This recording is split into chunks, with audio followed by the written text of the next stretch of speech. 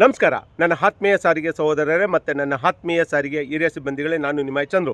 ಸ್ನೇಹಿತರೆ, 8/4/2026 ಚಿತ್ರದುರ್ಗದ ಜಿಲ್ಲಾಧಿಕಾರಿಗಳ ಕಚೇರಿ ಮುಖಾಂತರ ಮಾನ್ಯ ಮುಖ್ಯಮಂತ್ರಿಗಳಿಗೆ ಸಾರಿಗೆ ನೌಕರರ ನ್ಯಾಯಯುತ ಬೇಡಿಕೆಗಳನ್ನು ಈಡೇರಿಸುವಂತೆ ಒತ್ತಾಯಿಸುವ ಒಂದು ಮನವಿ ಪತ್ರವನ್ನು ರವಾನಿಸುವ ಮುಖಾಂತರ ನಮ್ಮ ಪಾದಯಾತ್ರೆ ಜಾಥಾವನ್ನು ಚಿತ್ರದುರ್ಗದಿಂದ ಏನು ಪ್ರಾರಂಭ ಮಾಡಿದ್ವೋ 12ನೇ ದಿನಕ್ಕೆ ನೆಲಮಂಗಲದ ಪವಾಡ ಶ್ರೀ ಬಸವಣ್ಣ ದೇವರ ಮಠಕ್ಕೆ ಬಂದು ತಲುಪುವ ಮೂಲಕ ನಮ್ಮ ಪಾದಯಾತ್ರೆ ಜಾಥಾವನ್ನು ಮುಗಿಸಿದ್ವಿ. ಇವತ್ತು ಜಗಜ್ಯೋತಿ ಬಸವಣ್ಣನವರ ಜಯಂತ್ಯೋತ್ಸವ ಇರುವ ಕಾರಣ ಇವತ್ತು ಪಾದಯಾತ್ರೆ ಜಾಥೆ ಇರಲಿಲ್ಲ.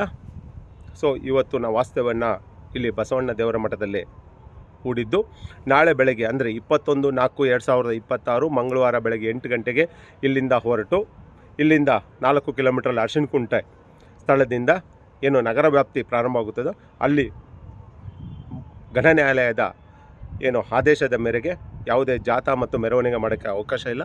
ಅಲ್ಲಿಂದ ಪೊಲೀಸ್ ಇಲಾಖೆಯವರು ಅವರ ವಾಹನಗಳಲ್ಲಿ ಕರ್ಕೊಂಡೋಗಿ ನಮ್ಮನ್ನು ಫ್ರೀಡಮ್ ಪಾರ್ಕಲ್ಲಿ ಬಿಡುವ ಬಗ್ಗೆ ಒಂದು ವಿಚಾರಗಳು ನಡೆದಿತ್ತು. 13ನೇ ದಿನದ ಇಂದು ಬೆಳಗ್ಗೆ ಸುಮಾರು 9:30 10 ಗಂಟೆ ಆಜುಬಾಜಿನಲ್ಲಿ ಫ್ರೀಡಮ್ ಪಾರ್ಕ್ನ ಏನು ವ್ಯಾಪ್ತಿಯಲ್ಲಿರುವ ಉಪ್ಪಾರಪೇಟೆ ಪೊಲೀಸ್ ಸ್ಟೇಷನ್ನಿಂದ ನಮ್ಮ ವಾಟ್ಸಪ್ಗೆ ಒಂದು ಪತ್ರ ಬರುತ್ತೆ. ಆ ಪತ್ರದಲ್ಲಿ ಏನು ಅನಿರ್ದಿಷ್ಟಾವಧಿ ಉಪವಾಸ ಸತ್ಯಾಗ್ರಹಕ್ಕೆ ನಾವು ಅನುಮತಿ ಮತ್ತು ಸಹಕಾರ ನಾವು ಕೋರಿದ್ದೀವೋ, ಹಲವು ಸಂಘಟನೆಗಳು ಹೋರಾಟಗಳನ್ನ ಹಮ್ಮಿಕೊಳ್ತಾ ಇರೋ ಕಾರಣ ಮತ್ತು ಘನ ನ್ಯಾಯಾಲಯದ 2022 ಏನು ಒಂದು WP ಮತ್ತು PLIನ ಕೋಟ್ ಮಾಡಿ ಸ್ಥಳಾವಕಾಶವನ್ನು ನೀಡೋಕ್ಕೆ ಒಪ್ಪುವುದಿಲ್ಲ ಅನ್ನೋ ಮಾತನ್ನ ಹಿಂಬರಹದಲ್ಲಿ ನಮೂದಿಸಿದ್ದಾರೆ. ಸ್ನೇಹಿತರೆ, ನಮ್ಮ ನ್ಯಾಯಯುತ ಬೇಡಿಕೆಗಳನ್ನ ಇನ್ಯಾವ ರೀತಿಯಲ್ಲಿ ನಾವು ಈಡೇರಿಸ್ಕೊಳ್ಳೋದು? ಮುಷ್ಕರ ಮಾಡೋಕ್ಕೆ ಹೋಗ್ತೀವಿ ಅಂದರೆ ಎಸ್ಮಾ ಕಾಯ್ದೆ ಅಂತಾರೆ, ವಜಾ ವರ್ಗಾವಣೆ ಅಮಾನತುಗಳು ಅಂತಾರೆ. ಸರಿ, ಶಾಂತಿಯುತ ಹೋರಾಟಗಳ ಮೂಲಕ ಸರ್ಕಾರದ ಗಮನ ಸೆಳೆಯುವ ಮೂಲಕ ನಮ್ಮ ಬೇಡಿಕೆಗಳನ್ನ ಈಡೇರಿಸ್ಕೋಬೇಕಂದ್ರೆ ಸರ್ಕಾರಗಳು ಈ ರೀತಿಯಲ್ಲಿ ಪೊಲೀಸ್ ಇಲಾಖೆಗಳನ್ನು ಬಳಸ್ಕೊಂಡು ಹೋರಾಟಗಳನ್ನ ಹತ್ತಿಕ್ಕೋದು ಎಷ್ಟು ಮಾತ್ರ ಸರಿ? ಸರ್ಕಾರಗಳೇ ಚುನಾವಣೆಗಳ ಪೂರ್ವ ನೀಡಿರುವ ಭರವಸೆಗಳನ್ನ ಈಡೇರಿಸಿ ಅಂತ ನಾವು ಕೇಳ್ತಾ ಇದ್ದೀವಿ. ನಮ್ಮ ನ್ಯಾಯಯುತ ಬೇಡಿಕೆಗಳನ್ನ ಈಡೇರಿಸಿ ಅಂತ ಕೇಳ್ತಾ ಇದ್ದೀವಿ, ಸವಲತ್ತುಗಳನ್ನ ಕೊಡಿ ಅಂತ ಕೇಳ್ತಾ ಇದ್ದೀವಿ, ಬೇರೆ ಏನೂ ಕೇಳ್ತಾ ಇಲ್ಲ ನಾವು. ಆದರೆ ಸರ್ಕಾರಗಳು ಈ ರೀತಿಯಲ್ಲಿ ಹೋರಾಟಗಳನ್ನ ಹತ್ತಿಕ್ಕುವಂಥ ಕ್ರಮಗಳಿಗೆ ಕೈ ಹಾಕಬಾರ್ದು ಅಂತ ನಾನು ಈ ಮೂಲಕ ಕೇಳ್ಕೊತಾ ಇದ್ದೆ.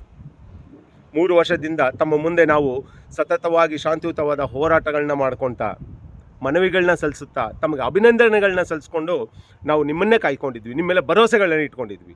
ಆದರೆ ಸರ್ಕಾರ ನಮ್ಮ ಬೇಡಿಕೆಗಳನ್ನ ಈಡೇರಿಸುವ ಬದಲು ನಮ್ಮ ಹೋರಾಟಗಳನ್ನ ಹತ್ತಿಕ್ಕೋಕ್ಕೆ ಮುಂದಾಗಿದೆ. ಅದೇ ಇದಕ್ಕೆಲ್ಲ ನಾವು ಕೂಟ ಮತ್ತು ಒಕ್ಕೂಟದವರು ಜಗ್ಗೋರಲ್ಲ ಬಗ್ಗೋರಲ್ಲ. ಈಗಾಗಲೇ ಪೂರ್ವ ನಿರ್ಧಾರದಂತೆ ಏನು 21/4/2026 ಇಲ್ಲಿಂದ ಹೊರಟು ನಾವು ಫ್ರೀಡಮ್ ಪಾರ್ಕಲ್ಲಿ ನಮ್ಮ ಉಪವಾಸ ಸತ್ಯಾಗ್ರಹಗಳನ್ನ ಮಾಡ್ತೀವಿ. ಅದರಲ್ಲಿ ಯಾವುದೇ ಬದಲಾವಣೆಗಳು ಇಲ್ಲ. ಇದನ್ನು ಈ ಒಂದು ಅಸ್ತ್ರವನ್ನು ಉಪಯೋಗಿಸ್ತಾರೆ ಅಂತ ಮೊದಲೇ ಒಂದು ಸ್ವಲ್ಪ ಮುಂಜಾಗೃತ ಕ್ರಮವಾಗಿ ನಾವು ನಮ್ಮ ಕಾನೂನು ಸಲಹೆಗಾರರಾದ ನಟರಾಜ್ ಶರ್ಮಾ ಅವರ ಮುಖಾಂತರ ನಾವು ಈಗಾಗಲೇ ಘನ ನ್ಯಾಯಾಲಯದಲ್ಲಿ ಹೈಕೋರ್ಟ್ನಲ್ಲಿ ಒಂದು WPನ ನಾವು ಫೈಲ್ ಮಾಡಿದ್ದೀವಿ. ಆ ಕೇಸು ನಾಳೆಯೂ ಸಹ ಬರಲಿದೆ. ನಾವು ಕೇಳ್ತಾ ಇರೋದು ಸಂವಿಧಾನಬದ್ಧವಾಗಿ ನಮ್ಮ ನ್ಯಾಯಯುತ ಬೇಡಿಕೆಗಳನ್ನ ಈಡೇರಿಸ್ಕೊಳ್ಳೋಕ್ಕೋಸ್ಕರ ನಾವು ಹಮ್ಮಿಕೊಳ್ತಾ ಇರೋದು ಶಾಂತಿಯುತ ಹೋರಾಟ. ಇದಕ್ಕೆ ಸರ್ಕಾರಗಳು ಮತ್ತು ಆಡಳಿತ ಮಂಡಳಿ ಹಾಗೂ ನಮ್ಮ ಪೊಲೀಸ್ ಇಲಾಖೆ ಮತ್ತು ನ್ಯಾಯಾಲಯಗಳು ಅನುಮತಿಯನ್ನು ಕೊಡಬೇಕು, ನಮಗೆ ಸಹಕಾರವನ್ನು ನೀಡಬೇಕು. ಇಲ್ಲ ಅಂದರೆ ನಮಗೆ ಹೋರಾಟದ ಬಿಟ್ಟರೆ ಬೇರೆ ಯಾವುದೇ ಬೇರೆ ದಾರಿ ಇಲ್ಲ. ನಾವು ಶಾಂತಿಯುತವಾಗಿ ಏನು ಹಮ್ಮಿಕೊಂಡಿದ್ದೀವೋ ಈ ಹೋರಾಟವನ್ನು ಹತ್ತಿಕ್ಕುವ ಬದಲಾಗಿ ಸರ್ಕಾರಗಳು ನಮ್ಮ ನ್ಯಾಯಯುತ ಬೇಡಿಕೆಗಳನ್ನ ಈಡೇರಿಸುವ ನಿಟ್ಟಿನಲ್ಲಿ ಒಂದು ಕ್ರಮಗಳನ್ನ ಕೈಗೊಳ್ಳಬೇಕು. ಅದನ್ನು ಬಿಟ್ಟು ಅವರಲ್ಲಿ ಕೈ ಮುಗಿದು ಕೇಳ್ತೀನಿ, ದಯವಿಟ್ಟು ಘನ ಸರ್ಕಾರಕ್ಕೆ ಮತ್ತು ನಮ್ಮ ಮುಖ್ಯಮಂತ್ರಿಗಳ ಹತ್ರ ಕೇಳ್ಕೊಳ್ಳೋದು, ನೀವು ನುಡಿದಂತೆ ನಡೆಯುವ ಸರ್ಕಾರ ಅಂತ ಹೇಳ್ಕೊಂಬರ್ತಾ ಇದ್ದೀರಾ. ಪ್ರಣಾಳಿಕೆ ಭರವಸೆಗಳನ್ನ ಎಲ್ಲ ಈಡೇರಿಸಿದ್ದೀವಿ ಅಂತ ಹೇಳ್ಕೊಂಬರ್ತಾ ಇರೋರು ಸಾರಿಗೆ ನೌಕರನ್ನು ಒಂದು ಸಲ ಕಣ್ಣೆತ್ತು ನೋಡಿ ಸ್ವಾಮಿ. ಯಾಕಂದರೆ ತಮ್ಮ ಸರ್ಕಾರ ಬರೋದಕ್ಕೆ ಸಾರಿಗೆ ನೌಕರ ಕೊಡುಗೆನೂ ಇದೆ, ಅದು ತಾವೇ ತಮ್ಮ ಬಾಯಿಂದನೇ ಹೇಳಿರುವ ಮಾತು. ಆದರೆ ಇವತ್ತು ನಮ್ಮ ಬೇಡಿಕೆಗಳನ್ನ ಈಡೇರಿಸುವ ಬದಲಾಗಿ ಈ ರೀತಿ ಕ್ರಮಗಳನ್ನ ಕೈಗೊಳ್ಳೋದು ಯಾವ ರೀತಿಯಲ್ಲಿ ಸರಿ ಅಂತ ತಾವೇ ಯೋಚನೆ ಮಾಡಬೇಕು ಸ್ವಾಮಿ.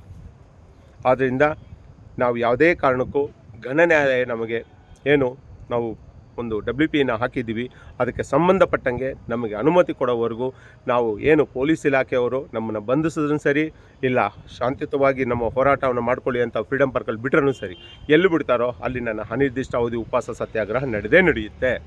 ಆದ್ದರಿಂದ ತಾವು ಯಾವುದಕ್ಕೂ ಅಳುಕದೆ ಗೊಂದಲಕ್ಕೆ ಹೋಗದೆ ಈಗಾಗಲೇ ಸಾಮಾಜಿಕ ಜನರು ಇದೊಂದು ವಿಚಾರ ಬಂದಿದ ತಕ್ಷಣ ಮುಗಿದೋಯ್ತು, ನಿಮ್ಮನ್ನು ಬಂದಿದ ತಕ್ಷಣ ಪೊಲೀಸವರು ಗನ್ಗಳನ್ನ ನಿಮ್ಮ ನೆತ್ತಿಯಲ್ಲಿ ಇಟ್ಟುಬಿಟ್ಟು ನಿಮ್ಮನ್ನೆಲ್ಲ ಅರೆಸ್ಟ್ ಮಾಡಿ ಏನೋ ತಿಹಾರ್ ಜೈಲಿಗೆ ಅಥವಾ ಪಾರಪ್ನಗರ ಜೈಲಿಗೆ ಕಳಿಸ್ಬಿಡೋ ರೀತಿಯಲ್ಲಿ ಬಿಲ್ಡಪ್ಗಳನ್ನ ಕೊಡ್ತಾರೆ. ಅವ್ರಿಗೆ ಬೇಕಾಗಿದ್ದು ಇದೆ. ಆದರೆ ನಾವು ಧೃತಿ ಕಡದೆ ಎದೆಗುಂದದೆ ನಾವೇನಾದರೂ ಮುನ್ನುಗ್ಗಿದ್ರೆ ಖಂಡಿತ ಸರ್ಕಾರಗಳು ಮತ್ತು ಪೊಲೀಸ್ ಇಲಾಖೆಯವರು ಏನೂ ಮಾಡೋಕ್ಕಾಗಲ್ಲ. ಮಾಡಿದ್ರೇನು ನಾವು ಶಾಂತಿಯುತವಾಗಿರೋದ್ರಿಂದ ನಮಗೆ ಘನ ನ್ಯಾಯಾಲಯದಿಂದ ನಮಗೆ ಅನುಮತಿಯೂ ಸಿಗುತ್ತದೆ, ನಮಗೆ ನ್ಯಾಯನೂ ಸಿಗುತ್ತೆ ಸ್ನೇಹಿತರೆ. ಆದ್ದರಿಂದ ನಾಳೆ 8 ಗಂಟೆಗೆ ಏನು ನೆಲಮಂಗಲದ ಪವಾಡ ಶ್ರೀ ಬಸವಣ್ಣ ದೇವರ ಮಠದಿಂದ ನಾವು ಏನು ಪಾದಯಾತ್ರೆ ಹೊರಡ್ತಾ ಇದ್ದೀವೋ ಹೆಚ್ಚಿನ ಸಂಖ್ಯೆಯಲ್ಲಿ ಇಲ್ಲಿಂದನೇ ಭಾಗವಹಿಸೋಣ. ತದನಂತರ ನಾವು ಫ್ರೀಡಮ್ ಪಾರ್ಕ್ ಹೋಗೋಣ. ಅಲ್ಲಿ ಏನು ಬೆಳವಣಿಗೆಗಳು ನಡೆಯುತ್ತದೋ ಅದ್ರ ಮೇಲೆ ಅಲ್ಲಿ ನಾವು ನಿರ್ಧಾರ ತಗೊಳ್ಳೋಣ. ಆದರೆ ನಾಳೆಯಿಂದ ಅನಿರ್ದಿಷ್ಟಾವಧಿ ಉಪವಾಸ ಸತ್ಯಾಗ್ರಹ ಏನು ನಾವು ಹಮ್ಮಿಕೊಳ್ತಾ ಇದ್ದೀವೋ ಅದು ನಡೆಯುತ್ತೆ, ಯಾವುದೇ ಕಾರಣಕ್ಕೂ ನಿಲ್ಲಲ್ಲ ಅನ್ನೋ ಮಾತನ್ನ ಹೇಳ್ತಾ ಇವಳೇನು ಮುಗಿಸ್ತೀನಿ. ಹೆಚ್ಚಿನ ಸಂಖ್ಯೆಯಲ್ಲಿ ನಮ್ಮ ನೌಕರಿಗೆ ತಲುಪುವಂತೆ ಶೇರ್ ಮಾಡಿ ಸ್ನೇಹಿತರೆ. ಜೈ ಹಿಂದ್, ಜೈ ಕರ್ನಾಟಕ.